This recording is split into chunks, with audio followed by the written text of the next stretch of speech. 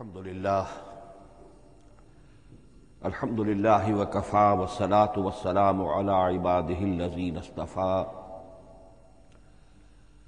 خصوصا على أفضلهم وخاتم النبيين محمد الأمين وعلى آله وصحبه أجمعين. أما بعد فأعوذ بالله من الشيطان الرجيم. بسم الله الرحمن الرحيم. رب اشرح لي صدري ويسر لي امري واحلل عقدة من لساني يفقهوا قولي.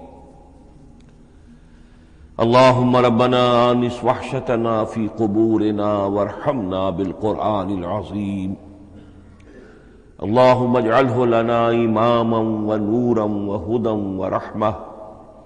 اللهم ذكرنا منه ما نسينا وعلمنا منه ما جهلنا وارزقنا تلاوته آناء الليل وآناء النهار واجعله لنا حجة يا رب العالمين آمین. کل دو نشستوں میں تعارف قرآن کے ضمن میں جن عنوانات پر گفتگو ہو چکی ہے ان میں سے ایک تشنا رہا قرآن حکیم کی ترتیب اور تقسیم. اس کی تدوین کے بارے میں گفتگو ہماری مکمل ہو چکی تھی کہ قرآن حکیم کی تدوین 3 مراحل میں مکمل ہوئی. اولاً خود حضور صلی اللہ علیہ وسلم نے اللہ تعالی ہی کے حکم سے قرآن مجید کو مرتب کر دیا اور اس مرتب شکل میں امت کو منتقل کیا. ترتیب معین ہو چکی تھی لیکن وہ کتابی شکل میں ما بین الدفترین جمع نہیں ہوا. اس کے بعد دوسرا مرحلہ آیا حضرت ابوبکر صدیق رضی اللہ تعالی عنہ کے عہد خلافت کے دوران، جب بہت سے حفاظ شہید ہو گئے جنگ یمامہ میں تو تشویش پیدا ہوئی کہ قرآن حکیم کو کتابی شکل کے اندر مرتب بھی کر لیا جائے، جمع کر لیا جائے. چنانچہ یہ کام حضرت ابوبکر صدیق کے عہد خلافت میں پورا ہو گیا اور اس کے لیے مصحف کا نام حضرت عبداللہ ابن مسعود کی تجویز پر حضرت ابوبکر صدیق رضی اللہ تعالی عنہ نے طے کیا. لیکن اس کے چونکہ ابھی پڑھنے کے انداز میں لوگوں کو کافی آزادی دی گئی تھی کہ اپنے اپنے لہجے کے مطابق لوگ پڑھ سکتے ہیں، تو اس سے محسوس ہوا کہ اب اس کے لکھنے کے انداز میں بھی فرق آ رہا ہے. تو اس لیے ضرورت محسوس ہوئی کہ اس کا ایک اسکرپٹ، ایک رسم الخط جو متفق علیہ ہو، اجماعی ہو، وہ طے کر دیا جائے. چنانچہ یہ تیسرا مرحلہ حضرت عثمان رضی اللہ تعالی عنہ کے عہد خلافت میں طے پایا. اسی لیے اس کو اب مصحف عثمانی کہتے ہیں، اس لیے کہ وہ رسم الخط اب ہمیشہ ہمیش کے لیے طے ہے. اس کے آفیشل نسخے تیار کیے گئے اور بڑے بڑے شہروں میں جو بھی اس وقت اس مسلمان ممالک تھے ایک ایک نسخہ بھیج دیا گیا اور باقی نسخے جو ہیں وہ طرف کر دیے گئے. تو اس طریقے سے گویا کہ ربع صدی کے اندر یہ تینوں مرحلے جو ہیں مکمل ہو گئے ہیں. اور جیسا کہ میں نے عرض کیا، سب تسلیم کرتے ہیں کہ جو قرآن آج ہمارے پاس ہے وہ وہی ہے بعینہ جو محمد الرسول اللہ نے اپنی امت کو دیا تھا. البتہ جہاں تک قرآن کی ترتیب اور تقسیم کا تعلق ہے، بعض باتیں تو میں بیان کر چکا ہوں، ان کا صرف اجمالی اعادہ کروں گا. نمبر 1 یہ کہ قرآن کی جو بیسک یونٹ ہے، بنیادی اکائی، وہ آیت ہے. آیت کو ہم جملہ نہیں کہہ سکتے، آیت کو ورس نہیں کہہ سکتے، مصرع نہیں کہہ سکتے، اس کی اسی اصطلاح کو ہمیں ریٹین کرنا ہوگا. آیتیں چھوٹی بھی ہیں، بڑی بھی ہیں. آیتیں صرف حروف مقطعات پر بھی مشتمل ہیں اور مرکبات ناقصہ پر بھی مشتمل ہے.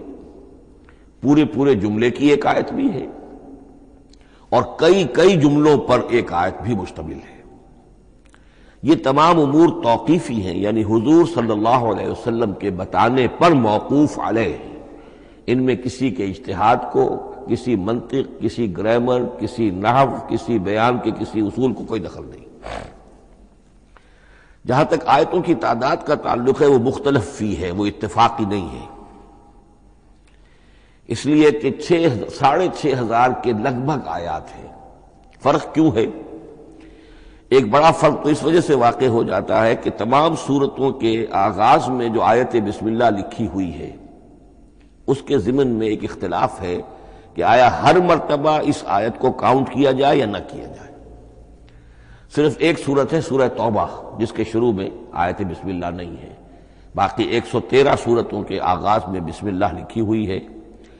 تو بعض حضرات اس کو سمجھتے ہیں کہ یہ کاؤنٹ نہیں کی جائے گی، بلکہ یہ تو در حقیقت صرف سورتوں کے درمیان فصل اور فرق قائم کرنے کے لیے یہ آیت بسم اللہ لکھ دی گئی ہے۔ تو آپ سمجھیے کہ جو اس پہ اختلاف ہوگا تو 113 کی عدد کا فرق تو اسی سے واقع ہو جائے گا۔ بعض اور مقامات پر بھی آیات کی تعداد میں قدر اختلاف ہے وہ روایات ہی کی بنیاد پر، کسی شخص کو خود یہ حق حاصل نہیں ہے کہ وہ اس میں کوئی فرق کر سکے، تبدیلی کر سکے۔ بہرحال 6,500 کے لگ بھگ آیات ہے قرآن حکیم کی۔ آیتیں مل جل کر سورتوں کی شکل میں ہیں، ان کی تعداد متفق علیہ ہے 114۔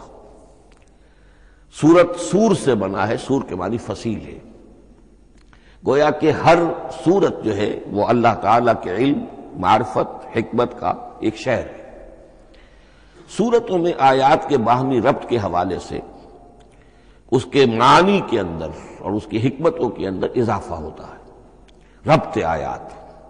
اور جس طریقے سے کہ مختلف موتیوں کو پرو دیا جائے ایک دھاگے میں، اس سے ہار وجود میں آئے، جو ترتیب ہوگی موتیوں کی اس سے ان موتیوں کا حسن دوبالا ہو جائے گا۔ ایسے ہی معاملہ آیات قرآنیہ کا ہے کہ جو ایک سورت کے اندر ہیں، اور ہر سورت کا ایک مرکزی مضمون یا عمود ہوتا ہے، اور تمام آیتیں اس سے منطلق اور اس سے منسلک ہوتی ہیں۔ ان سورتوں کے بعد جیسا کہ میں نے عرض کیا، دور صحابہ میں ہمیں صرف ایک اصطلاح اور ملتی ہے، حزب اور یا منزل۔ وہ اس سہولت کے لیے کہ اگر ایک ہفتے میں پورا قرآن ختم کرنا ہو، اس کی تلاوت مکمل کرنی ہو تو روزانہ ایک حزب پڑھ لیا جائے۔ یہ چونکہ دور صحابہ میں بھی مذکور ہے، لہذا اس میں ہم دیکھتے ہیں کہ حسن موجود ہے، یعنی یہ کہ نہ تو یہ قباحت ہے کہ سورتوں کو توڑا گیا ہو، بلکہ پوری پوری صورتیں شامل ہیں۔ کوئی مصنوعی مساوات قائم کرنے کی کوشش نہیں ہے، کوئی حزب نسبتاً تھوڑا سا زیادہ بڑا ہے، کچھ تھوڑا سا چھوٹا ہے، لیکن تقریباً مساوی ہے۔ خام خواہ کی کوئی مصنوعی مساوات قائم کرنے کی کوشش نہیں ہے۔ اور اس کے باوجود یہ حسن موجود ہے کہ سورہ فاتحہ کو اگر ہم علیحدہ رکھ دیں کہ وہ پورے قرآن حکیم کے لیے ایک دیباچہ اور مقدمہ ہے، تو پہلے حزب یا پہلی منزل میں 3 سورتیں، دوسرے میں 5، تیسرے میں 7، چوتھے میں 9، پانچویں میں 11، چھٹی میں 13، یہ سیڑھی ہے بالکل۔ اور جو آخری حزب مفصل کہلاتا ہے، اس میں چونکہ آخری پارے میں آپ کو معلوم ہے چھوٹی چھوٹی سورتیں ہیں تو تعداد 65 ہے، وہ بھی جو آخری تعداد ہے 13 اس کا ملٹیپل ہے۔ بہرحال یہ حزب یہ بھی دور صحابہ میں اس کا تذکرہ ہمیں ملتا ہے۔ البتہ جو مزید تقسیم کی چیزیں ہمارے ہاں معروف ہیں وہ بات کی چیزیں۔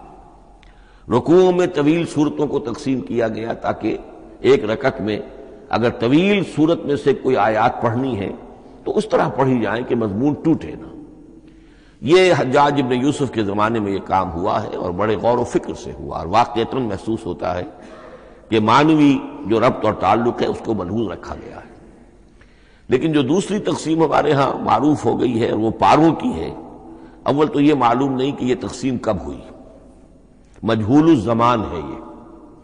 نمبر 2 یہ کہ اس میں یہ زیادتی بھی نظر آتی ہے کہ سورتوں کی فصیلیں توڑ دی گئی ہیں، گویا کہ ایک مصنوعی مساوات قائم کرنے کے لیے کہ 30 دن میں اگر قرآن مجید ختم کرنا ہو، ہر مہینے میں ایک ختم قرآن کوئی شخص کرنا چاہے تو روزانہ ایک پارہ پڑھ کر، لیکن یہ کہ اس میں وہ حسن موجود نہیں ہے، بلکہ یہ قباحت موجود ہے کہ سورتوں کاٹ دی گئی۔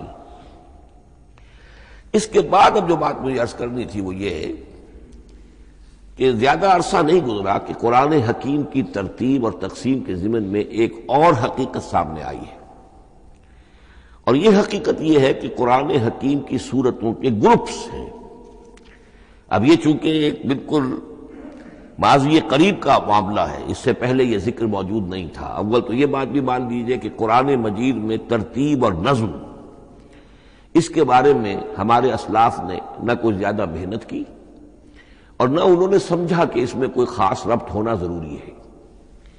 لیکن یہ کہ عہد حاضر میں مولانا حمید الدین فراہی رحمۃ اللہ علیہ ہندوستان میں ایک ایسے عالم پیدا ہوئے کہ جنہوں نے نظم قرآن کو اپنا خاص موضوع بنایا کہ یہ جو آیات باہم جوڑی گئی ہیں تو آخر کوئی حکمت ہے، سورتوں میں جو ربط قائم کیا گیا ہے یقیناً حکمت پر مبنی ہے، ورنہ سب سے سیدھی ترتیب تو جیسا کہ میں نے کل عرض کیا تھا یہ ہوتی ترتیب نزولی سے قرآن کو مرتب کر دیا جاتا۔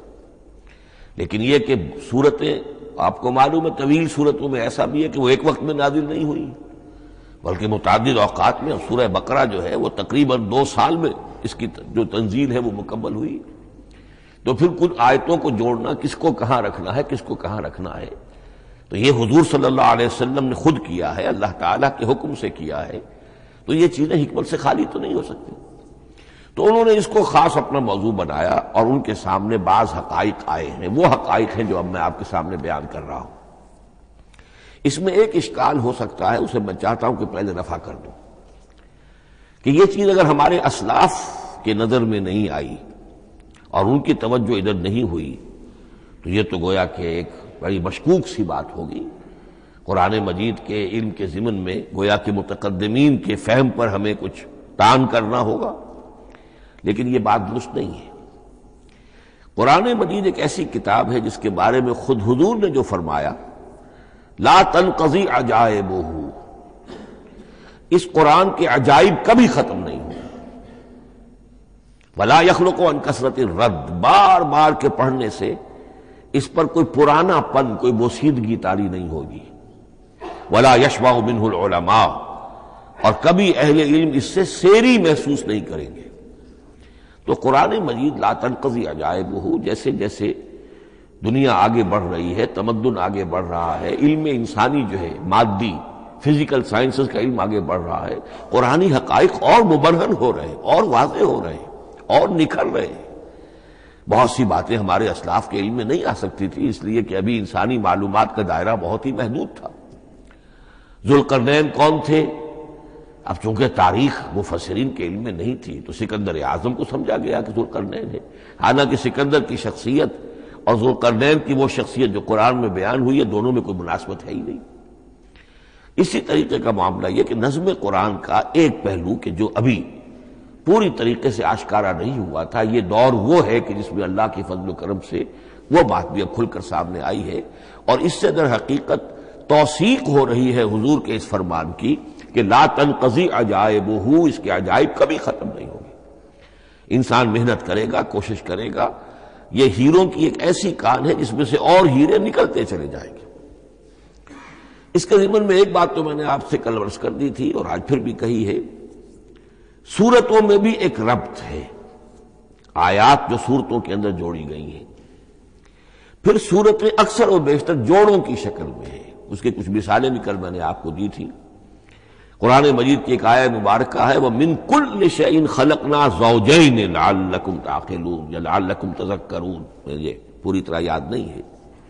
ہم نے ہر شے کو جوڑوں کی شکل میں پیدا کیا، اگرچہ اس کو چونکہ قرآن مخلوق نہیں ہے ہم اس پر اس کا اطلاق نہیں کریں گے، لیکن من کل شیء خلقنا زوجین، اس میں اس قدر کیٹیگوریکل سٹیٹمنٹ ہے کہ معلوم ہوتا ہے کہ یہ اصول اتنا اللہ تعالیٰ کے ہاں اتنا پسندیدہ ہے کہ قرآن مجید کی صورتوں میں بھی یہ صورتوں کے بھی جوڑوں کی شکل میں ہونا یہ بہت ہی اظہر من الشمس ہے۔ بعض جگہوں پر تو اظہر من الشمس ہے، بعض جگہوں پر ذرا تدبر کر کے بات معلوم ہوتی ہے۔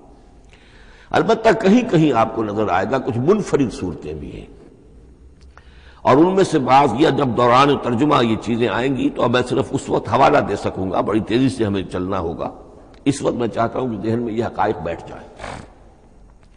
بعض جگہوں پر آپ دیکھیں گے تین صورتوں کے گروپ ہیں، ان میں سے 2 کے مابین تو نسبت زوجیت کامل ہے، بلکہ یہ سمجھ لیجئے نسبت زوجیت کہتے کس کو ہے؟ 2 چیزیں مل کر کسی مقصد کی تکمیل کریں، ان دونوں میں ایسی نسبت ہونی چاہیے ریسیپروکل کہ وہ ایک دوسرے کی تکمیل کے لیے اور کسی مقصد کے حصول کے لیے ان کے مابین ایک تعلق قائم ہو، یہ زوجیت ہے۔ اسی طریقے سے قرآن مجید میں جب صورتیں آتی ہیں جوڑوں کی شکل میں، تو کسی مضمون کا ایک رخ وہ ایک صورت میں آ جائے گا، اس کا دوسرا رخ دوسری صورت میں آ جائے گا، اور دونوں مل کر، جسے ہم کہتے ہیں تصویر کے دونوں رخ، وہ رخ مکمل ہو جائیں گے، بات پوری ہو جائے گی۔ البتہ بعض جگہوں پر ہے کہ تین صورتوں کے سب گروپس ہیں۔ میں اس معاملے میں گروپ کا لفظ ریٹین کر رہا ہوں، اس لیے کہ قدیم تو یہ تصور تھا نہیں، جدید اصطلاح ہے، تو اس میں چونکہ اب بہت سے الفاظ انگریزی زبان کے اب اردو میں آ گئے ہیں کہ اس کی جگہ کوئی اور بہت ہی کوئی کوشش کر کے لفظ آیا جائے تو وہ شاید زیادہ عام فہم نہیں ہوگا، یا عام فہم ہے۔ تو گروپس اور سب گروپس، چھوٹے گروپ بڑے گروپ، تو یہ چھوٹے گروپ جو ہے تین صورتوں کے، ان میں سے دو کے مابین تو نسبت زوجیت بتمام و کمال ہوگی، اور تیسرے کی حیثیت ضمیمے کی ہوگی۔ اس کی مثالیں بعد میں آئیں گی۔ البتہ یہ جو ضمیمے ہوتے ہیں خود ان کے، یا جو دوسری منفرد صورتیں ہیں، خود ان میں آپ کو فصل کے ساتھ نسبت زوجیت مل جائے گی۔ اس سے آگے چلیے، اب اصل ہے وہ شے جس کو میں آج چاہتا ہوں بیان کرنا۔ قرآن حکیم کی صورتوں کی ایک گروپنگ اس اعتبار سے سامنے آئی، کچھ صورتیں مکی پھر مدنی، پھر مکی پھر مدنی، پھر مکی پھر مدنی، پھر مکی پھر مدنی۔ ایسا کیوں ہے؟ بڑی قابل غور بات ہے، اس میں کوئی حکمت ہے؟ اور عجیب بات یہ سامنے آئی، اس اعتبار سے بھی قرآن کے 7 گروپ بنتے ہیں، ہر گروپ میں ایک یا ایک سے زائد مکی صورت، اور پھر ایک یا ایک سے زائد مدنی صورتیں، ایک گروپ پورا ہو گیا۔ دوسرے گروپ میں پھر ایک یا ایک سے زائد مکی صورت، پھر ایک یا ایک سے زائد مدنی صورتیں، وہ پھر گروپ مکمل ہو گیا۔ یہ گروپ بھی قرآن حکیم میں 7 ہیں۔ یہ گروپ جو ہے قرات کے لیے نہیں ہے، یہ گروپ جو معنوی تقسیم ہے، غور و فکر کے اعتبار سے، کہ ہر گروپ کا ایک عمود ہے، ایک مرکزی مضمون ہے، اور جس طریقے سے صورتیں دو مل کر ایک مضمون کی تکمیل کرتی ہیں، اسی طرح ہر گروپ کی مکی اور مدنی صورتیں مل کر ایک بڑے مضمون کی تکمیل کرتی ہیں۔ اس طریقے سے گویا کہ یہ قرآن مجید میں 7 گروپ ہے بڑے بڑے، جو کہ جس میں کہ صورتیں جو ہیں وہ جمع کی گئی ہیں۔ مثلا میں اب آپ کو اشارتاً بتا دوں، پہلے گروپ میں سورہ مکی جو ہے وہ صرف ایک ہے، سورہ فاتحہ، تعداد میں تو ایک ہے، وہ اپنے حجم کے اعتبار سے چھوٹی بھی ہے لیکن بہت بھاری صورت ہے۔ وَلَقَدْ آتَيْنَاكَ سَبْعًا مِنَ الْمَثَانِي وَالْقُرْآنَ الْعَظِيمِ، محض اس صورت کو بھی قرآن عظیم کہا گیا ہے۔ لیکن ایک صورت مکی سورہ فاتحہ، پھر 4 طویل ترین صورتیں مدنی، بقرہ، آل عمران، نساء، مائدہ۔ دوسرے گروپ میں 2 صورتیں مکی، 2 مدنی، الانعام، الاعراف مکیات، الانفال، التوبہ مدنیات۔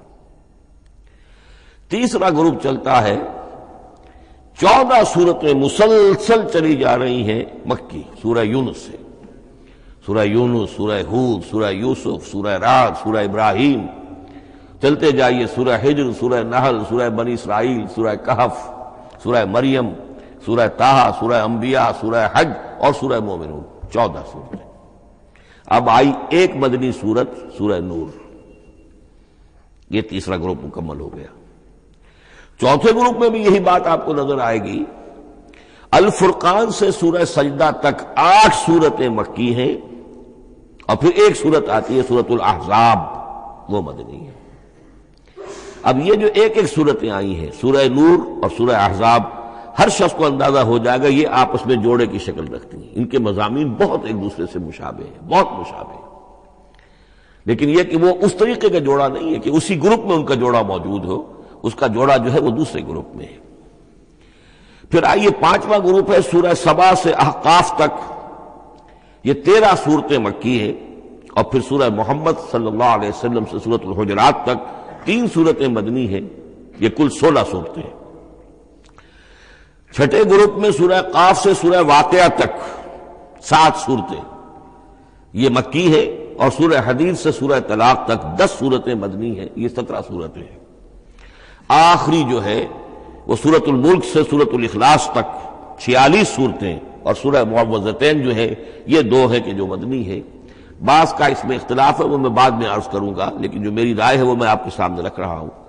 اس طریقے سے یہ 7 گروپ جو ہیں قرآن مجید میں سورتوں کے وجود میں آئے۔ ہر گروپ کا ایک مرکزی مضمون ہے۔ مثلا پہلے گروپ کا مرکزی مضمون شریعت ہے۔ سورہ فاتحہ میں اہدنا الصراط المستقیم، اے اللہ ہمیں سیدھا راہ دکھا، سیدھے راستے کی ہدایت بخش۔ اب وہ سیدھا راستہ کیا ہے؟ شریعت خداوندی، شریعت الہی، اور شریعت مکمل ہو جاتی ہے ان 4 صورتوں میں۔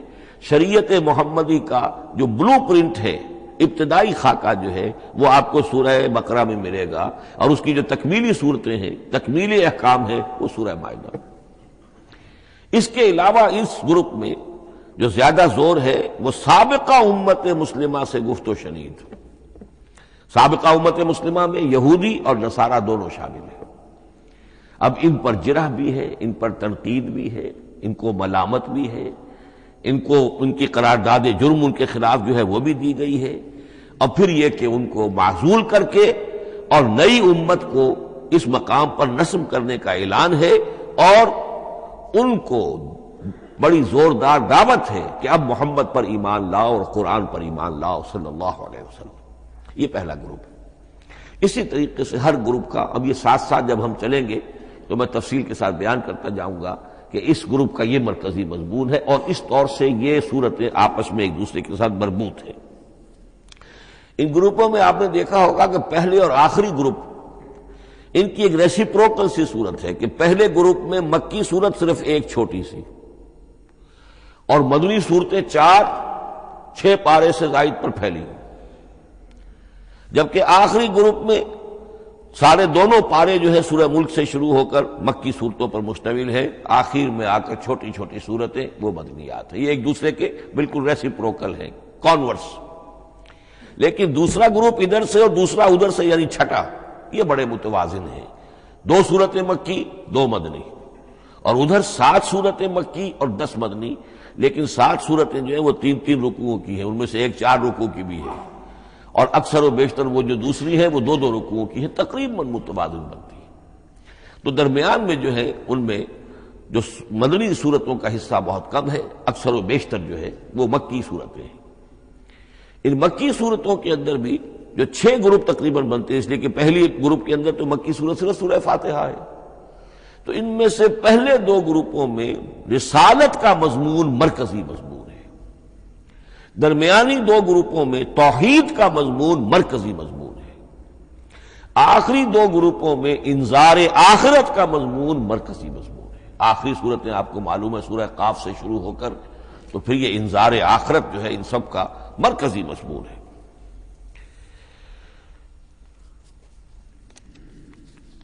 مدنی قرآن جو ہے یہ بھی آپ نوٹ کر لیجئے کہ کل قرآن کا 1/3 ہے تقریباً، اور اس 1/3 کا 2/3 پورا کا پورا پہلے گروپ میں آ گیا ہے۔ سورہ بقرہ، سورہ آل عمران، سورہ نساء، سورہ مائدہ۔ باقی تو پھر جا کے سورہ احزاب، سورہ نساء، پھر 3 چھوٹی صورتیں، پھر آخر میں 2 بہت چھوٹی چھوٹی صورتیں، سورہ انفال اور سورہ توبہ۔ لیکن یہ کہ یہ 2/3 جو ہے مدنی قرآن کا حجم بالکل پہلے ہی اس گروپ کے اندر آ گیا ہے۔ اس کی بھی حکمت ہے، کیوں مدنی صورتوں کو پہلے رکھا گیا؟ میرے علم میں نہیں ہے کہ اس موضوع پر کسی شخص نے گفتگو کی ہو سوائے محمد مارمڈیوک پکتھال کے۔ میرے علم کی حد تک ہو سکتا ہے کہ کسی اور مفسر نے، کسی محقق نے کوئی بات کہی ہو اس سے بھی زیادہ وزنی کہی ہو، لیکن میرے علم کی حد تک مارمڈیوک پکتھال نے اپنے ترجمہ کیا ہے انگریزی میں، اس کے دیباچے میں اس موضوع پر گفتگو کی ہے، بہت ہی عمدہ بات کہی ہے۔ انہوں نے کہا کہ جب یہ قرآن نازل ہو رہا تھا تو اصل اہمیت ایمان کی تھی، پہلے لوگ ایمان لائیں، اور پھر جو ایمان لائے ان کو پھر احکام دیے گئے کہ یہ کرو اور یہ نہ کرو، یہ حلال ہے، یہ حرام ہے، یہ فرض ہے، وغیرہ وغیرہ۔ لیکن جب ایک امت وجود میں آ گئی، امت کے وجود میں آنے کے بعد اب نسلاً مسلمان پیدا ہو رہے ہیں، ان کے ہاں اب ضرورت پہلے اسلام کی ہے، چاہے بچہ چھوٹا ہی ہے، پہلے اسے احکام سکھائے جائیں گے. بچہ چھوٹا ہی ہے، نماز پڑھنی سکھائی جائے گی. بچہ چھوٹا ہی ہے، روزہ رکھنا سکھایا جائے گا. تو امت کے اس طرح تشکیل پا جانے کے بعد اب اصل اہمیت جو ہے وہ احکام کی ہو گئی ہے. احکام اب مقدم ہے اور ایمان کا معاملہ جو ہے وہ اس کے بعد مؤخر ہے. کوئی شخص بالغ ہوگا، ذہین ہوگا، فطین ہوگا، غور و فکر کی صلاحیت سے اگر اللہ تعالیٰ نے اسے بہرور کیا ہوگا پھر وہ حقیقت ایمان تک رسائی حاصل کرے گا. ورنہ یہ ہے کہ عام ایک مسلمان جو ہے اسے جہاں تک احکام کا تعلق ہے ان پر تو عمل کرنا ہی ہے. تو یہ بڑی میں سمجھتا ہوں کہ ذہانت پر مبنی بات ہے کہ جو محمد مارملیوک پکتھال نے کہی ہے اور مجھے اس سے اتفاق ہے. اب آئیے اگلا معاملہ، اگلی بحث، اگلا موضوع. قرآن کا موضوع کیا ہے؟ کیا قرآن فلسفے کی کتاب ہے، سائنس کی کتاب ہے؟ کیا یہ جیولوجی کی کتاب ہے، فزکس کی کتاب ہے، کس چیز کی کتاب ہے؟ تو پہلی بات یہ سمجھیے، قرآن کا موضوع ہے انسان، لیکن انسان کی اناٹمی نہیں، انسان کی فزیولوجی نہیں، انسان کی اینتھروپولوجی نہیں، کچھ نہیں، انسان کی ہدایت. یہ ہدایت کا لفظ بنیادی ہے قرآن مجید کے لیے. چنانچہ دیکھیے ذرا نوٹ کر دیجئے سورہ بقرہ کے شروع ہی میں ہدی للمتقین، پھر اس کے وسط میں ہدی للناس. سورہ یونس میں فرمایا ہدی ورحمۃ للمؤمنین. سورہ لقمان میں فرمایا ہدی ورحمۃ للمحسنین. سورۃ البقرہ اور النحل میں فرمایا، نمل میں ہدی وبشریٰ للمؤمنین.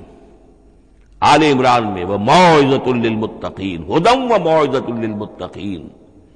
پھر 3 مرتبہ الہدی هو الذی ارسل رسولہ بالہدی ودین الحق لیظہرہ علی الدین کلہ. الہدی، ہدن نکرہ ہے، الہدی معرفہ ہو گیا، یعنی ہدایت کاملہ، ہدایت تامہ، ہدایت ابدی. اسی طرح سورۃ النجم میں فرمایا وَلَقَدْ جَاءَهُم مِّن رَّبِّهِمُ الْهُدَىٰ. سورۃ الجن میں وَإِنَّا لَمَّا سَمِعْنَا الْهُدَىٰ آمَنَّا بِهِ. سورہ بنی اسرائیل میں وَمَا مَنَعَ النَّاسَ أَن يُؤْمِنُوا إِذْ جَاءَهُمُ الْهُدَىٰ. سورہ بنی اسرائیل میں بھی یہ الفاظ آئے، سورہ کہف میں بھی آئے. تو قرآن کا موضوع ہے ہدایت. اور اس کو اب ذہن میں رکھیے کہ انسان کے علم کے 2 گوشے ہیں. علم انسانی 2 حصوں میں منقسم ہے. ایک حصہ ہے فزیکل ورلڈ کا علم جو حواس کے ذریعے سے حاصل ہوتا ہے، مادی حقائق ان کا علم. حواس خمسہ، ہمارا دیکھنا، سننا، سونگنا، چکھنا، چھونا، یہ تمام صلاحیتیں ہیں، ان سے کچھ معلومات حاصل ہوتی ہیں اور عقل کا یہ کمپیوٹر ان کو پروسیس کرتا ہے، اس سے نتائج نکالتا ہے، نتائج نکال کے سٹور کر لیتا ہے. پھر مزید کوئی معلومات حواس کے ذریعے سے حاصل ہوتی ہیں، اب ان کو وہ پھر پروسیس کر کے جو سابق میموری سٹورڈ ہے اس کے ساتھ ریکنسائل کر کے کوئی اور نتیجہ اخذ کرتا ہے. اس طرح رفتہ رفتہ رفتہ رفتہ انسان کا یہ علم بڑھتا چلا جا رہا ہے اور ہم نہیں کہہ سکتے کہ ابھی اور کہاں تک جائے گا. آج سے چند سو سال پہلے بھی انسان تصور نہیں کر سکتا تھا کہ انسانی علم وہاں پہنچ جائے گا جہاں آج پہنچ چکا ہے. اس علم کا وحی سے کوئی تعلق نہیں. اس علم کا تعلق ہے اس میں علم اسماء سے جو حضرت آدم میں ودیعت کر دیے گئے تھے بالکل شروع میں. سورہ بقرہ کا 4واں رکوع جو ہے اس کے شروع میں ذکر ہے وَعَلَّمَ آدَمَ الْأَسْمَاءَ كُلَّهَا. اللہ نے آدم کو تمام نام سکھا دیے. اور اس کے آخر میں ذکر ہے جب فرشتوں، جب آدم کو اور حوا کو حکم دیا گیا کہ اب زمین میں جا کر اور وہاں کا چارج سنبھالو، تو فرمایا وَإِمَّا يَأْتِيَنَّكُم مِّنِّي هُدًى فَمَن تَبِعَ هُدَايَ فَلَا خَوْفٌ عَلَيْهِمْ وَلَا هُمْ يَحْزَنُونَ. وہ علم ہدایت ہے. یہ 2 چیزیں بالکل علیحدہ ہیں. علم اسماء در حقیقت یوں سمجھیے کہ جیسے آم کی گٹھلی میں پورا آم کا درخت ہوتا ہے، وہی تو گٹھلی ہے جو آپ زمین میں دباتے ہیں، پھر اگر پانی وہاں پڑتا ہے، زمین میں روئیدگی بھی ہے، وہ گٹھلی پھٹے گی، وہ جو اس میں سے دو پتے نکلیں گے، وہ پتے اوپر بڑھیں گے، درخت بنے گا۔ وہ پورا درخت جو ہے آم کی گٹھلی میں موجود تھا، صرف اسے پورا درخت بننے میں 2 سال 3 سال 4 سال لگیں گے، لیکن درخت موجود تھا، پوٹینشلی بالقوہ پورا درخت آم کی گٹھلی میں موجود تھا۔ ایکچولی بالفعل وہ آم کا درخت جو ہے کئی سال کے اندر وجود میں آیا۔ بعین ہی یہ معاملہ ہے، کل مادی حقائق کا کل علم حضرت آدم علیہ السلام کے وجود میں ودیعت کر دیا گیا پوٹینشلی۔ اب اس کی ایکسفولیشن ہو رہی ہے، وہ بڑھتا جا رہا ہے، برگ و بار لا رہا ہے، اور یہ علم جو ہے اس کا تعلق جیسا کہ میں نے عرض کیا آسمانی ہدایت سے نہیں ہے، اب یہ خود رو پودا ہے، بڑھتا چلا جا رہا ہے، اور کہاں تک پہنچے گا؟ علامہ اقبال نے صحیح تعبیر کی ہے، عروج آدم خاکی سے انجم سہمے جاتے ہیں کہ یہ ٹوٹا ہوا تارا مہ کامل نہ بن جائے۔ علامہ کی زندگی میں تو انسان نے چاند پر قدم نہیں رکھا تھا، لیکن یہ کہ اب تو چاند پر قدم رکھ کر انسان آ چکا۔ تو عروج آدم خاکی سے انجم سہمے جاتے ہیں کہ یہ ٹوٹا ہوا تارا مہ کامل نہ بن جائے۔ یہ ہے انسانی علم۔ اس انسانی علم کے ساتھ اگر وہ علم وہی علم ہدایت نہ ہو تو یہ علم جو ہے بجائے خیر کے شر بن جاتا ہے۔ آج وہ شیطانی قوت بن چکا ہے، وہ علم ہلاکت کا سامان بن چکا ہے، تباہی کا ذریعہ بن چکا ہے۔ لیکن اس کے ساتھ دوسری بات ضروری تھی جو کہ وحی کے ذریعے سے آنے والا علم تھا، فَإِمَّا يَأْتِيَنَّكُم مِّنِّي هُدًى فَمَن تَبِعَ هُدَايَ فَلَا خَوْفٌ عَلَيْهِمْ وَلَا هُمْ يَحْزَنُونَ۔ یہ علم الہدایت جو ہے یہ در حقیقت قرآن حکیم میں آ کر مکمل ہو گیا ہے۔ اس کے لیے بھی میں چاہتا ہوں کہ بات آپ سمجھ لیں، اس میں جو ارتقاء ہوا ہے، پہلی کتابیں نازل ہوئی ان میں بھی ہدن تو تھی، کل بھی میں نے آپ کو آیت سنائی تھی سورہ مائدہ کی، انا انزلنا التوراۃ فیہا ھدی و نور، ہم نے تورات نازل کی تھی، اس میں ہدایت بھی تھی، نور بھی تھا۔ اسی رکوع میں 7واں رکوع ہے وہ سورہ مائدہ کا، انجیل کے بارے میں فیہ ھدی و نور، اس میں بھی ہدن بھی تھی، ہدایت بھی تھی، نور بھی تھا۔ لیکن یہ ہدایت اور یہ نور درجہ بدرجہ ترقی کر رہا ہے، یہاں تک کہ کامل ہوا ہے، قرآن میں آ کر الہدا بن گیا ہے۔ اب یہ ہدن نہیں، الہدا، کامل ہدایت نامہ۔ اس کی وجہ کیا ہے؟ دیکھیے، ایک بچے کو اگر آپ تعلیم دینا چاہتے ہیں تو اس کی ذہنی سطح کو ملحوظ رکھے بغیر تو نہیں دے سکتے۔ آپ چاہے پی ایچ ڈی استاد رکھ دیں کسی بچے کے لیے، بچہ بھی پرائمری کی تعلیم پا رہا ہے، وہ پی ایچ ڈی کا استاد کیا کچھ پلا دے گا اس کو، کیا پڑھا دے گا اس کو؟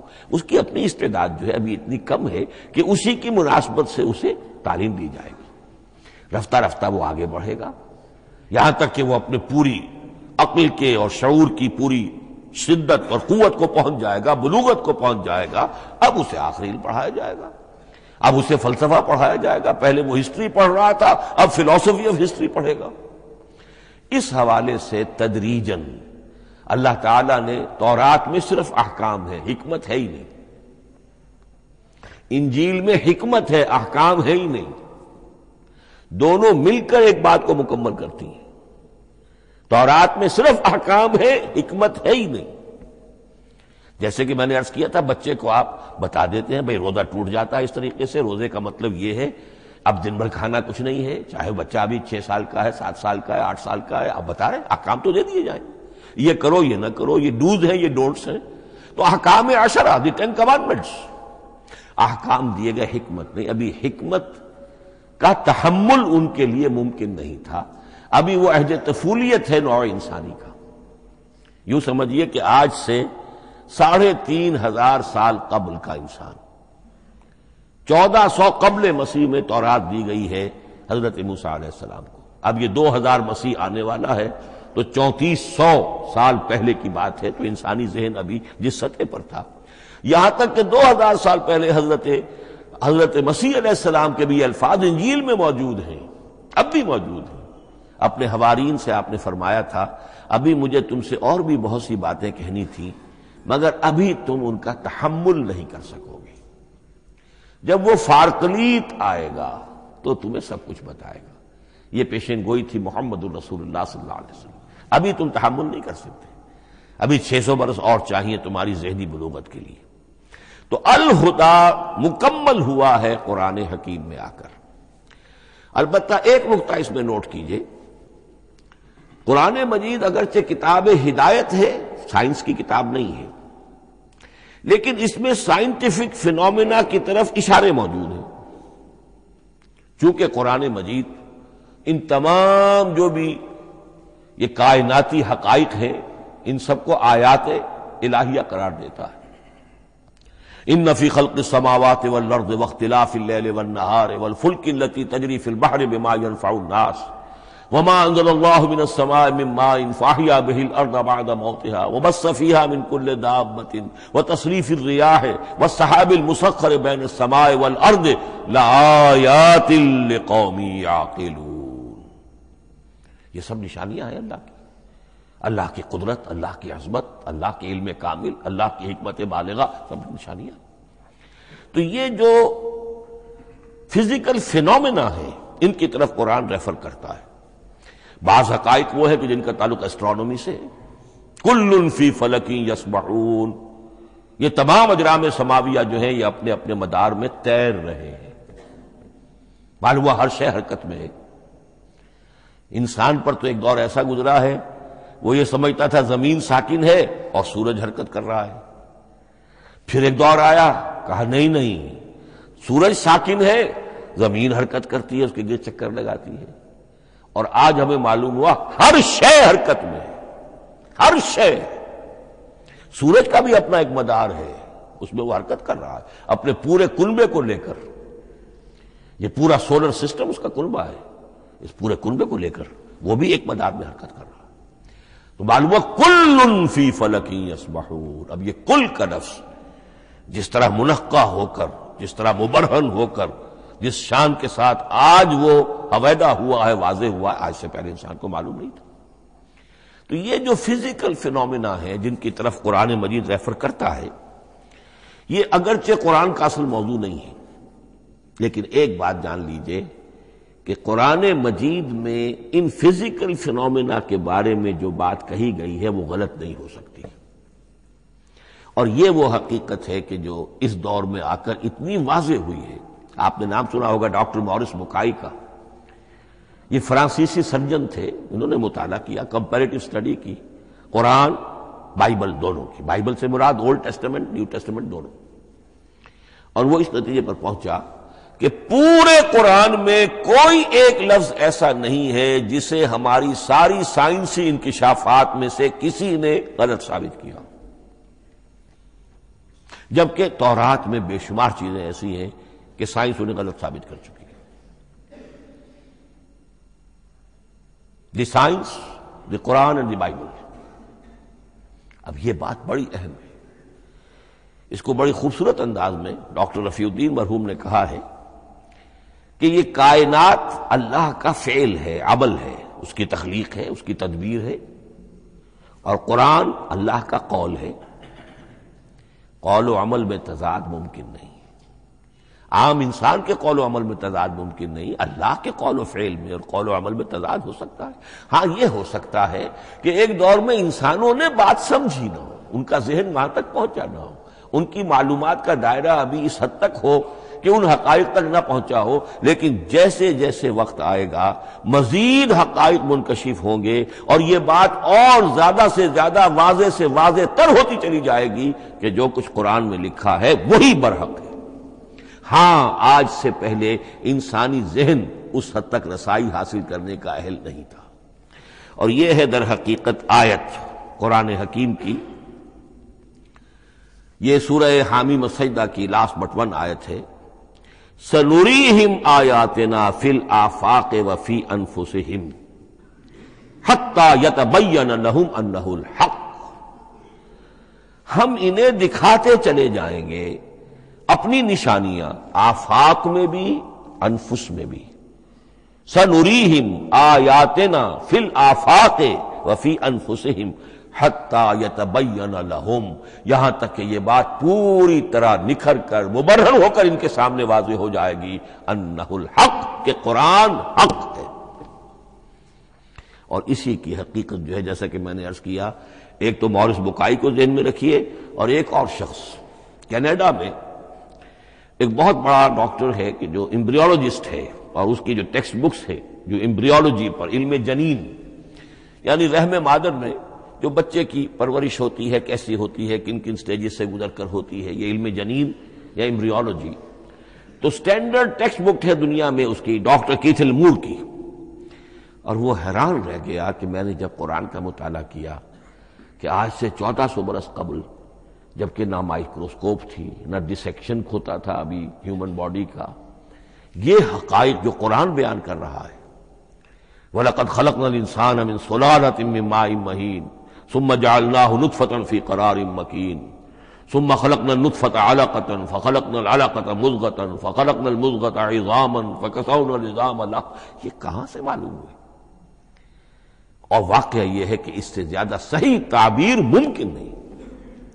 تو یہ حقائق ذہن میں رکھیے کہ اگرچہ قرآن مجید سائنس کی کتاب نہیں ہے، لیکن جن سائنسی حقائق یا جن سائنسی فینومینا کی طرف قرآن نے ریفر کیا ہے وہ یقیناً حق ہے، چاہے تاحال ہم ان کی حقانیت کو نہ سمجھ پائیں. مثلا آج بھی مجھے نہیں معلوم کہ قرآن جو 7 آسمان کہتا ہے تو وہ 7 آسمان سے کیا مراد، مجھے نہیں معلوم، لیکن مجھے یقین ہے کہ ایک وقت آئے گا کہ انسان سمجھے گا کہ ٹھیک یہ الفاظ جو ہیں 7 آسمان، یہ منطبق ہوتے ہیں اس حقیقت پر جو آج ہمارے علم میں آئی ہے، پہلے نہیں آئی تھی. البتہ ایک اور نقطہ جو بہت اہم ہے عملی اعتبار سے، میں نے اسی لیے یہ ساری تمہید کی ہے کہ قرآن سائنس کی کتاب نہیں ہے، نہ سائنس کی ہے نہ ٹیکنالوجی کی ہے. اس حوالے سے ایک بڑا منطقی نتیجہ نکلتا ہے، اور وہ یہ ہے کہ اگر ہمارے اسلاف نے قرآن کی ان آیات کا کوئی خاص مفہوم معین کیا اپنے دور کی معلومات کی سطح پر، ہمارے لیے لازم نہیں ہے کہ ہم اس کی پیروی کریں. سائنسی فینومینا کو جو سائنسی ترقی ہو رہی ہے اس کے حوالے سے سمجھیں گے. یہاں تک کہ اب آخری بات عرض کر رہا ہوں، خود حضور کا فرمان بھی اس میں قطعی نہیں ہوگا. یہ بات بہت ثقیل اور گراں گزرے گی بہت سے لوگوں پر. سائنس اور ٹیکنالوجی میں اگر حضور کی کوئی حدیث بھی سامنے آ جائے تو اس کو بھی ہم کوئی دلیل قطعی نہیں سمجھیں گے. اس کی وجہ کیا ہے؟ ایک واقعہ بہت اہم ہوا حضور کی زندگی میں. حضور جب ہجرت فرما کر تشریف لائے مدینہ منورہ، تو آپ کو معلوم ہے کہ حضور کی پیدائش مکے کی، ساری زندگی آپ نے وہاں گزاری. وہ وادی غیر ذی زرع ہے، وہاں کوئی پیداوار، کوئی زراعت، کوئی کاشت ہوتی نہیں تھی. آپ کو کوئی تجربہ سرے سے نہیں تھا. ہاں تجارت کا تجربہ تھا، بھرپور تجارت کی تھی. یہاں آئے تو آپ نے دیکھا کھجوروں کے سلسلے میں انصار مدینہ تعبیر نخل، وہ اس کا ایک اصطلاح ہے. کھجور ایک ایسا پودا ہے جس کا ایک فیمیل فلاور ہوتا ہے اور ایک میل علیحدہ. اب میل فلاور اور فیمیل فلاور ان دونوں کو قریب لے آئیں تو اس سے اس بات کا زیادہ امکان ہو جاتا ہے فرٹیلائزیشن ہو اور پھل بنے اور زیادہ آپ کو پھل حاصل ہو، فصل زیادہ ہو. اگر وہ فاصلے پر رہیں گے تو ہو سکتا ہے کہ اس کا امکان کم ہو، تو وہ ان کو قریب جوڑ دیتے تھے. حضور نے دیکھا تو آپ نے فرمایا کہ آپ لوگ ایسا نہ کریں تو کیا ہے، یعنی نیچر جو ہے، nature can take care of it self. آخر فطرت ہے، فطرت نے یہ ساری چیزیں بنائی ہیں، آپ ایسا نہ کریں تو کیا ہے. صرف یہ کہا آپ نے روکا نہیں. لیکن ظاہر بات ہے صحابہ کرام کے لیے رضوان اللہ تعالی علیہ مجمعین حضور کا اتنا کہنا بھی گویا کہ حکم کے درجے میں تھا. انہوں نے اس سال وہ کام نہیں کیا، فصل کم ہو گئی. اب وہ ڈرتے ڈرتے جھجکتے جھجکتے حضور کی خدمت میں آئے. حضور آپ نے فرمایا تھا ہم نے وہ نہیں کیا، تعبیر نخل اس سال نہیں کی ہم نے، فصل کم ہوئی ہے. آپ نے فرمایا انتم اعلم بامور دنیاکم. اس کا ایک ایک لفظ یاد کر لیجئے. انتم اعلم بامور دنیاکم، اپنے یہ دنیاوی اور مادی معاملات میں تم زیادہ تجربے کار ہو، تم زیادہ حقائق سے واقف ہو۔ میں عالموں کا لفظی ترجمہ یہاں کرنا جو ہے اس کی جرت مجھے نہیں ہو رہی، تم زیادہ واقف ہو ان چیزوں سے، میں یہ چیزیں سکھانے نہیں آیا۔ آپ ٹیکنالوجی پڑھانے نہیں آئے تھے، آپ طب سکھانے نہیں آئے تھے، آپ کوئی اور سائنس پڑھانے نہیں آئے تھے، ورنہ تو ہم شکوہ کرتے کہ آپ نے ہمیں ایٹم بم بنانا کیوں نہیں سکھا دیا پہلے ہی۔ نہیں، یہ موضوع ہی نہیں ہے۔ قرآن کا موضوع معین ہونا چاہیے۔ قرآن کا موضوع انسان کی ہدایت، اس ہدایت کے لیے جس قدر اس کو ضرورت ہے علم کی کہ وہ جو یہ فزیکل فینومینا ہیں ان کے حوالے سے بھی ہدایت حاصل کرے، اس حد تک ان کا تذکرہ ہے۔ لیکن یہ یقین اور ایمان ہونا چاہیے کہ قرآن مجید کے الفاظ میں جو شے مضمر ہے وہ کبھی غلط ثابت نہیں ہوگی۔ یہ ہو سکتا ہے کہ قرآن کی کسی آیت کا کوئی مفہوم ہمارے اسلاف نے 1000 برس پہلے یا 600 برس پہلے سمجھا ہو اور وہ مفہوم غلط ثابت ہو جائے، وہ ایک علیحدہ بات ہوگی، لیکن قرآن مجید کا ٹیکسٹ جو ہے اس کے اندر کہیں ایسی بات نہیں آ سکتی۔ اب آئیے فہم قرآن کے اصول۔ ظاہر بات ہے کہ اس موضوع پر اصول تفسیر پر کوئی مجھے تفصیلی اس وقت گفتگو کرنے کا موقع تو نہیں ہے، البتہ یہ کہ 7 گنتی کر کے چیزیں نوٹ کر لیجئے کہ جس سے قرآن مجید کے فہم میں سہولت حاصل ہوگی۔ پہلی بات وہ جو کسی درجے میں پہلے بھی سامنے آ چکی ہے، قرآن کا اسلوب استدلال منطقی نہیں ہے، فطری ہے۔ ایک ہوتا ہے منطق کی گتھیوں سے اور منطق کے اصولوں سے اور منطق کی دلیلوں سے بات ثابت کی، یہ نہیں۔ قرآن فطرت انسانی کے مطابق بات کرتا ہے۔ ایک ان پڑھ شخص بھی قرآن کو اپنے سے دور یا اپنے آپ کو قرآن سے دور نہیں سمجھے گا اگر ذرا سا وہ قرآن کو سمجھ سکتا بس۔ لیکن یہ ہے کہ قرآن مجید کا جو اسلوب ہے وہ ایک تو یہ کہ منطقی نہیں ہے، فطری ہے، یا اس میں اگر ایک لفظ کا اضافہ کیا جائے خطابی ہے۔ خطابی کیا ہوتا ہے؟ جو میں کل عرض کر چکا ہوں، خطبے کی ایک شان ہوتی ہے، وہ دلیل کے ساتھ ساتھ جذبات سے بھی اپیل کرتا ہے، اور اس میں آپ کو ایک اپنے باطن میں جھانکنے کی دعوت دی جاتی ہے۔ تم ذرا اپنے باطن میں جھانک کر دیکھو۔ بعض آیات ایسی ہیں، بڑی پیاری آیات ہیں، افی اللہ شک فاطر السماوات والارض، بس کیا اللہ کی ہستی میں بھی کوئی شک ہو سکتا ہے جو آسمانوں اور زمین کا پیدا کرنے والا ہے؟ غور کرو، سوچو۔ یہ صرف آپ کے دروں بینی، آپ کو اپنے اندر جھانکنے کی دعوت ہے۔ اسی طرح اَإِنَّكُمْ لَتَشْهَدُونَ أَنَّ مَعَ اللَّهِ آلِهَةً أُخْرَىٰ، کیا واقعتاً تم اس کی گواہی دیتے ہو کہ اللہ کے ساتھ کوئی اور بھی الہ ہے؟ یہ گویا کہ کسی کے آنکھوں میں آنکھیں ڈال کر پیئرسنگ آئیز کے ساتھ کسی سے سوال کرنا، کیا واقعی؟ اور اس میں در حقیقت کون سی ہے پس منظر میں؟ یہ بنائے ہوئے ڈھکوسلے ہیں، ان پر خود تمہارا دل مطمئن نہیں ہے۔ تم کہتے تو ہو یہ ہمارا عقیدہ ہے اور یہ ہماری بات ہے اور یہ ہمارا موروثی عقیدہ ہے، ھذا ما وجدنا علیہ آباءنا، ہم نے آباء، لیکن واقعتاً غور تو کرو، کیا واقعی تم گواہی دیتے ہو کہ اللہ کے سوا کوئی اور الہ بھی موجود ہے؟ اس کو آپ کہیں گے خطابی انداز۔ نمبر 2، قرآن حکیم میں 2 طرح کی آیات ہیں، محکمات اور متشابہات۔ یہ سورہ آل عمران کے شروع میں یہ بہت اہم مضمون جو ہے وہ آ گیا ہے۔ هو الذی انزل علیک الکتاب منہ آیات محکمات ہن ام الکتاب واخر متشابہات، آل عمران آیت نمبر 7۔ اب یہ جو متشابہات ہیں یہ کون سی ہیں اور محکمات ہیں وہ کون سی ہیں، اس کو ذہن میں رکھیے۔ نمبر 1، محکم قطعی، تمام جتنی بھی آیات احکام ہیں وہ محکم ہیں، یہ کرو یہ نہ کرو، یہ جائز یہ حرام، آیات احکام محکم، اسی ایک مادے سے لفظ بنا ہے، یہ محکم بھی اور احکام حکم۔ البتہ عالم غیب کی ساری خبریں متشابہات میں سے، عالم غیب ہو، عالم ارواح ہو، عالم برزخ ہو، عالم آخرت ہو، ان کے تمام حقائق یہ متشابہات میں سے، ان کو ہم حقیقتاً سمجھ نہیں سکتے، ہمارا تجربہ ہی نہیں، ہمارا کوئی مشاہدہ ہی نہیں۔ جیسا کہ ایک حدیث میں آیا ہے، جنت کی جو بھی نعمتیں ہیں، ایک تو وہ نعمتیں جن کا ذکر قرآن میں ہے اور ان الفاظ میں ہے جن سے ہم واقف ہیں۔ اب ان میں تو یہ ہے کہ حور و قصور اور پھل اور یہ اور دودھ اور شہد اور وغیرہ وغیرہ وغیرہ، وہ چیزیں ہم جانتے ہیں، تو وہ بھی حق ہے، ایسے ہی ہوں گی، اتوب ہی متشابہہ، لیکن یہ صرف نزل ہے، یہ تو ابتدائی مہمان نوازی ہے۔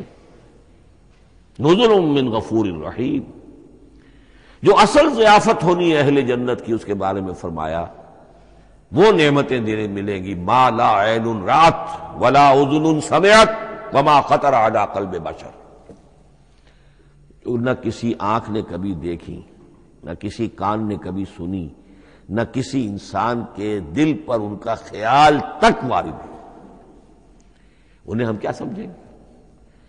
تو عالم برزخ، عالم آخرہ، عالم غیب، عالم ارواح، ان کی تمام چیزوں کو ہم آیات متشابہات میں سے سمجھیں گے۔ البتہ یہ جو سائنٹیفک فینومینا والی باتیں ہیں مادی علوم کی، ان میں یہ ہے کہ متشابہ اور محکم ہونے کا معاملہ بدلتا چلا جا رہا ہے۔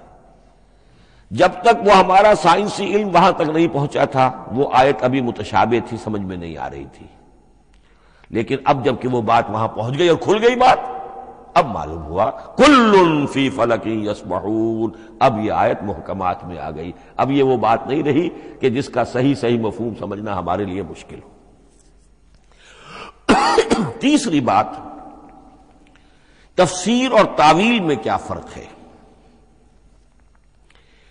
تفسیر کا عام طور پر لفظ استعمال ہوتا ہے لفظی طور پر، الفاظ کی بحث، نحوی بحث، قواعد گرامر جو ہے ان کے حوالے سے جو بحث کی جائے گی وہ تفسیر ہے،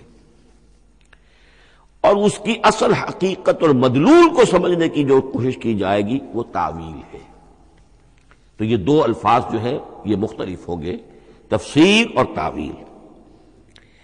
نمبر 4، تعویل عام اور تعویل خاص، یہ بہت اہم موضوع ہے۔ دیکھیے قرآن مجید نازل ہوا ایک خاص ٹائم اینڈ سپیس پس منظر میں، آج سے 1400 برس قبل 610 عیسوی سے لے کر 632 عیسوی تک نازل ہوا، حجاز میں نازل ہوا۔ اس کی ایک اولین مخاطب قوم تھی، وہ ان پڑھ قوم تھی، امی قوم تھی، پڑھے لکھے شاذ الشاذ المعدوم کے درجے میں تھے، وہاں فلسفے کا سوال نہیں، کوئی منطق کی بات نہیں، کچھ بھی نہیں، اور اولین مخاطب وہی ہیں، اور جو بھی حالات ہیں اس وقت کے ان کے حوالے سے بات کی جا رہی ہے۔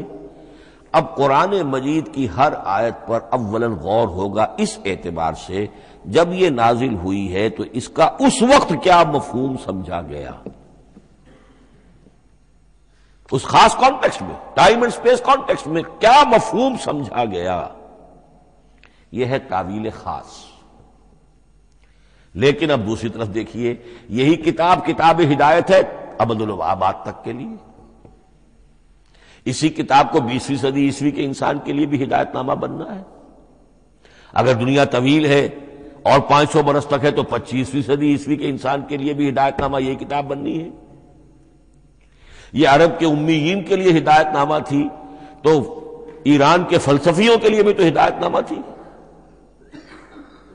لہذا ان الفاظ کے اندر یہ قرآن کے اعجاز کا وہ پہلو ہے جو بہت نمایاں ہے کہ ان الفاظ کے اندر کہ جو ایک خاص کانٹیکسٹ میں نازل ہوئے اور اس وقت ان کا ایک معین مفہوم سمجھا گیا، انہی میں وہ عموم بھی موجود ہے کہ اسی سے ہمیشہ کے لیے ہدایت اخذ کی جا سکتی ہے۔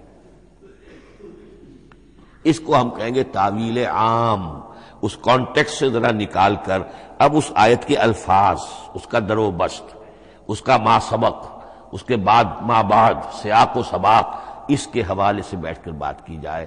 تعویل خاص میں شان نزول پیش نظر رہے گا، تعویل عام میں اس آیت کے الفاظ، ان کا در و بست اور آیت کا سیاق و سباق یہ زیادہ زیر بحث رہے گا، تو معلوم ہوا کہ یہ دونوں چیزیں اپنی اپنی جگہ اہم ہیں۔ نہ تو انسان صرف تعویل خاص تک اپنے آپ کو محدود کر لے، اگر وہ کرے گا تو گویا کہ وہ صرف اس دور کا قرآن پڑھ رہا ہے، آج کا قرآن وہ نہیں پڑھ رہا۔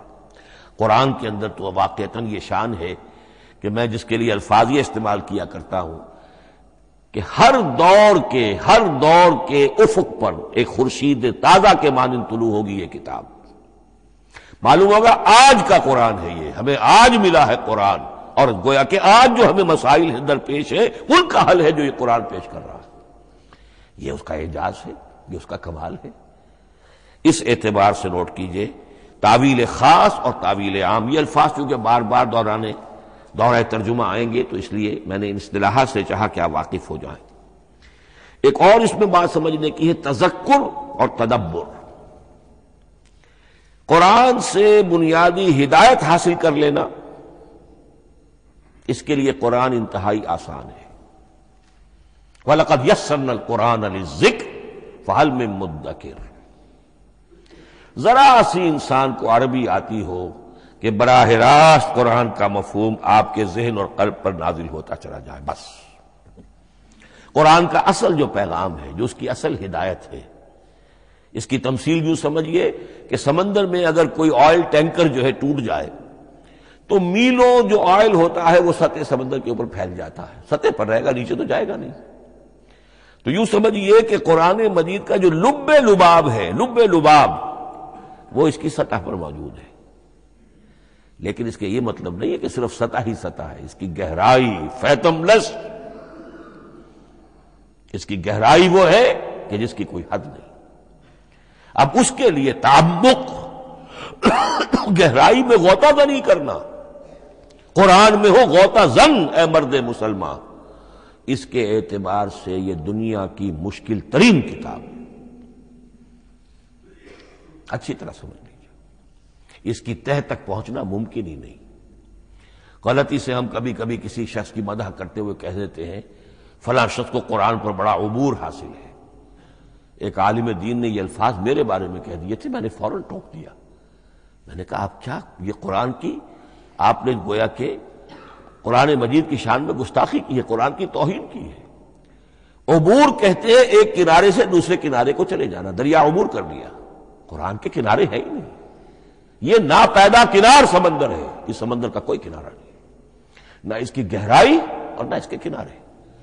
لہذا پوری زندگی کوئی امام راضی ہو، کوئی زمخشری ہو، کوئی ہو، پوری زندگی کھپا کر بھی وہ یہ نہیں کہہ سکے گا کہ میں نے قرآن مجید کو بتمام و کمال سمجھ لیا ہے۔ معاذ اللہ، معاذ اللہ، معاذ اللہ، ناممکن۔ وراء الورا ثم وراء الورا، یہ ہے تذکر اور تدبر۔ اس کے لیے تو پوری زندگی انسان کھپائے، پورا وقت اس کے لیے لگائے، پوری صلاحیت کھپا دے، تب بھی وہ بہت سی جگہوں پر پھر بھی کہے گا واللہ عالم۔ امام رازی کو بھی نہ معلوم کتنے مقامات پر جا کر یہ کہنا پڑا ہے کہ اللہ بہتر جانتا ہے۔ اعلم ان ھذا المقام مقام غامض عمیق محیب، یہ مقام تو بہت محیب ہے، پرہیبت ہے، بہت گہرا ہے، بہت غامض ہے۔ امام رازی کہہ رہے ہیں، 30 جلدوں میں تفسیر لکھنے والا شخص۔ اقول قولی ھذا واستغفر اللہ لی ولکم ولسائر المسلمین والمسلمات۔